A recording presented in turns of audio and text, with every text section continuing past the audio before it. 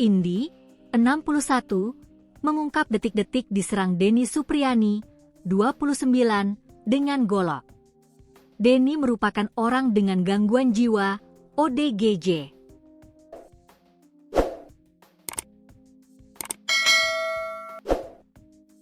Peristiwa itu terjadi di Desa Cimara Hilir, Kecamatan Manis, Kabupaten Purwakarta, Minggu, 16 November 2025, sore. Tiba-tiba datang langsung nebas, ujar Indi. Indi merupakan satu dari 13 korban yang diserang secara brutal oleh Denny. Korbannya acak. Beberapa warga bahkan diserang saat duduk santai, berjalan pulang, hingga anak kecil yang sedang bermain di jalan. Indi bercerita, ia saat itu sedang duduk santai di pos ronda bersama istrinya. Tidak ada firasat apapun sebelum kejadian. Tiba-tiba datang dia, langsung nebas, kata Indi saat ditemui tribunjabar.id di RSUD Bayu Asih Purwakarta, Minggu, 16 November 2025. Dia sebenarnya melihat pelaku membawa golok, namun tak sempat bergerak. Sempat berhadapan, tapi enggak sempat melawan. Langsung oleng, terus pingsan, ujarnya. Lokasi rumah pelaku tak jauh dari pos ronda.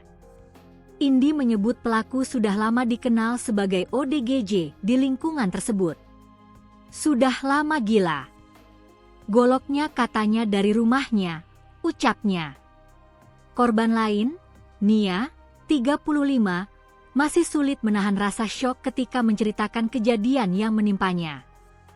Ia dibacok ketika baru melangkahkan kaki keluar dari gang. Pas saya lagi keluar dari gang, tiba-tiba langsung ngebacok, kata Nia. Golok menghantam bahu dan tangannya. Pada awalnya ia tidak merasakan sakit karena panik, namun darah langsung mengucur deras. Awalnya enggak kerasa. Lama-lama tangan enggak bisa digerakin, darah mucur, ucapnya.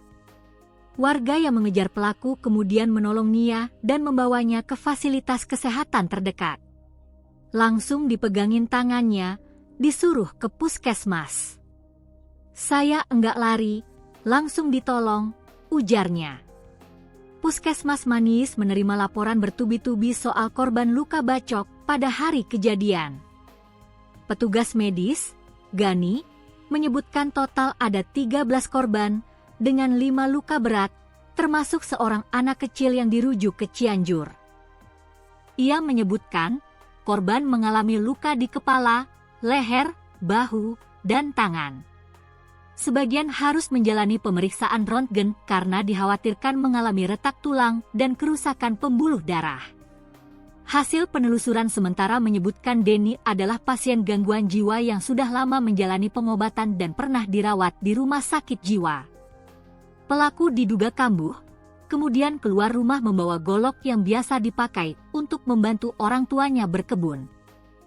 Polisi bersama pemerintah desa kini mengamankan lokasi dan memeriksa keterangan para saksi. Terduga pelaku pun telah diamankan warga dan langsung diserahkan ke Mapolsek Manis.